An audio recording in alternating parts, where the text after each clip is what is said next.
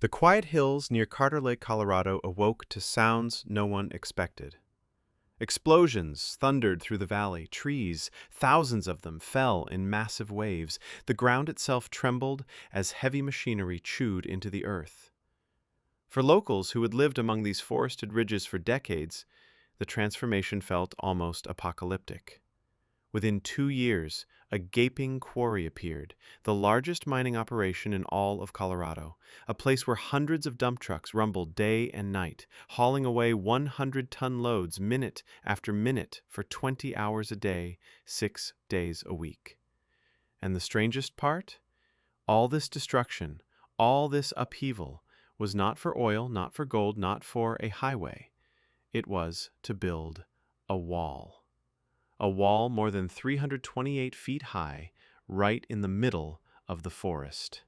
And soon, by 2025, the valley would be flooded, not because of a natural disaster, but because the state of Colorado is running out of water, and this dam, the Chimney Hollow Reservoir, might be the only thing standing between survival and collapse. To understand why a massive dam was rising in a mountain valley, you have to start with something that's quietly disappearing: snow.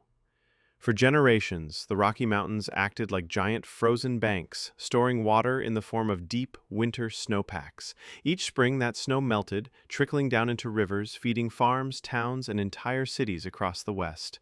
But the Rockies aren't the same anymore.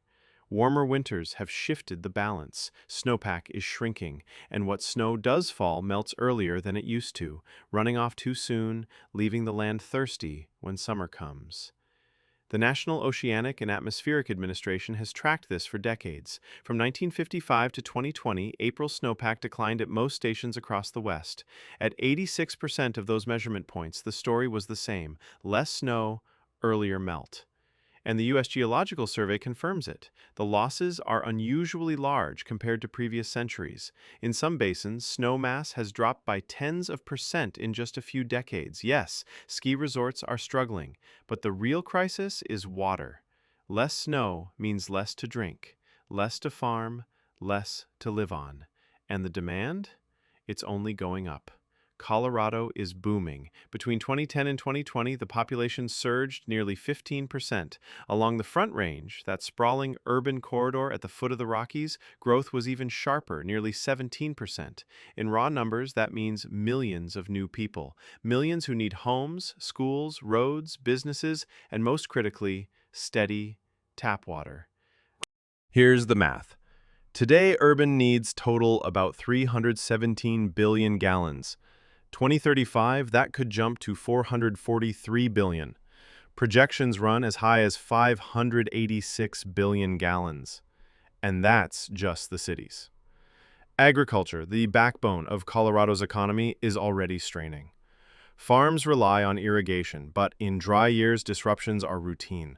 By 2050, agricultural water shortages could reach a staggering 1.3 trillion gallons per year. That's enough to devastate local food production and ripple through the national economy. When surface water isn't enough, farmers in towns turn to groundwater. But aquifers are like an emergency savings account. Once drained, they refill slowly. Too slowly to keep up with Colorado's demand.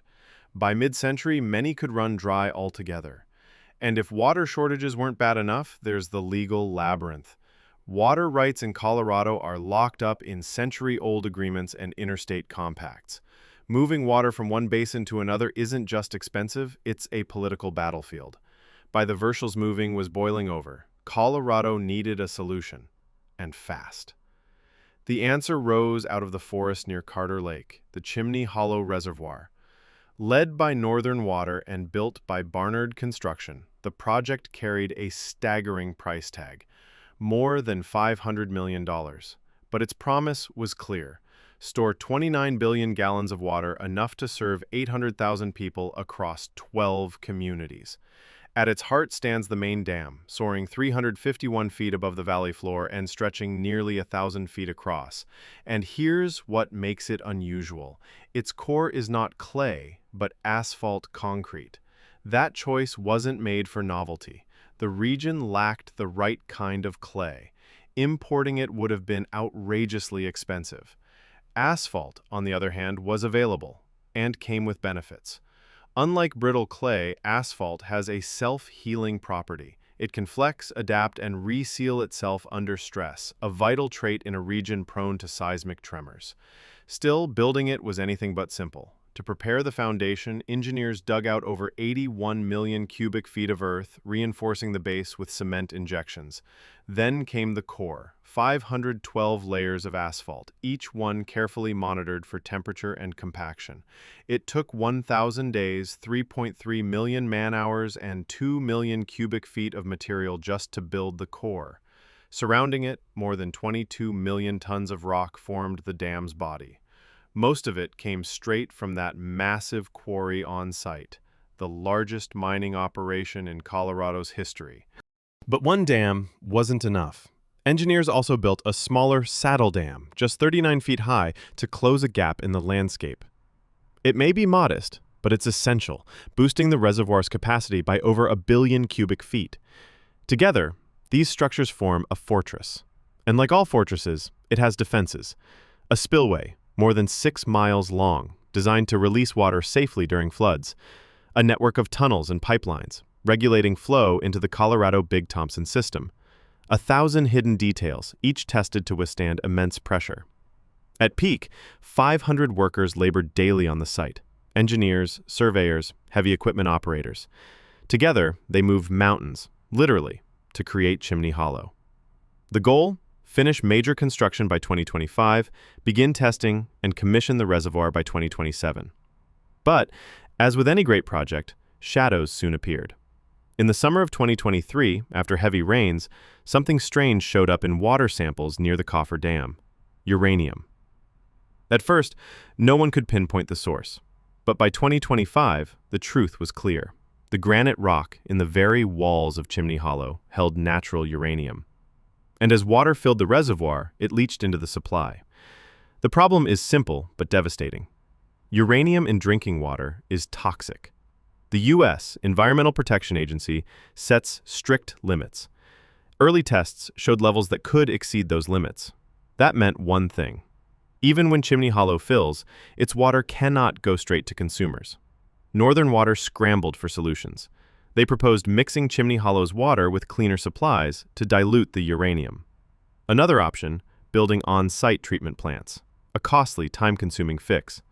Until then, the taps would stay dry.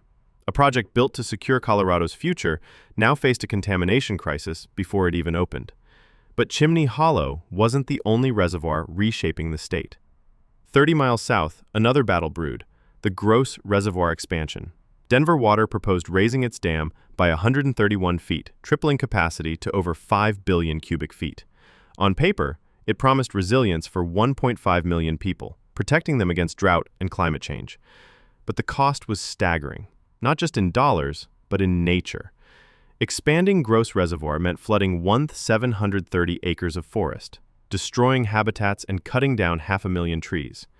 Environmentalists and locals erupted in opposition. Lawsuits dragged on for years. Even as construction began in 2022, federal judges ordered fresh environmental reviews. By 2025, work limped forward. But bans on filling the reservoir and clearing the forest still stood. Its future remains uncertain. And then there's Pure Water Colorado, a quieter experiment with a radical idea: turning wastewater into drinking water. Through ozonation, microfiltration, reverse osmosis, and UV treatment, wastewater is purified until it meets or exceeds federal standards. To prove its safety, brewers even used it to make beer and wine at public events. If scaled up, it could be a game changer, but so far it's still just a pilot. Together, these projects reveal a truth. No single dam, no single pipeline, no single project can solve Colorado's water crisis. This is a statewide battle. So, where does all this leave Colorado? By 2050, demand could outstrip supply by billions of gallons. Farms could wither, taps could run dry, aquifers could collapse. The fight for water is no longer about convenience, it's about survival. Chimney Hollow Reservoir with its billion-dollar dam may help, but uranium lurks in its granite bones. Gross Reservoir with its towering expansion may add storage, but lawsuits and environmental destruction haunt it. Pure Water, with its futuristic promise, may recycle the very water we flush, but will the public embrace it? For now, Colorado stands at a crossroads. Build bigger dams or risk losing forests. Tap deeper aquifers or drain them forever. Recycle wastewater or watch shortages cripple entire cities. What's certain is this: water is no longer an afterthought. It's the lifeblood of Colorado's future. And in a valley once filled with trees, where explosions shook the earth and the ground gave way to a dam, a new reservoir waits, a monument to human ingenuity, a gamble against nature, and perhaps the line between survival and collapse.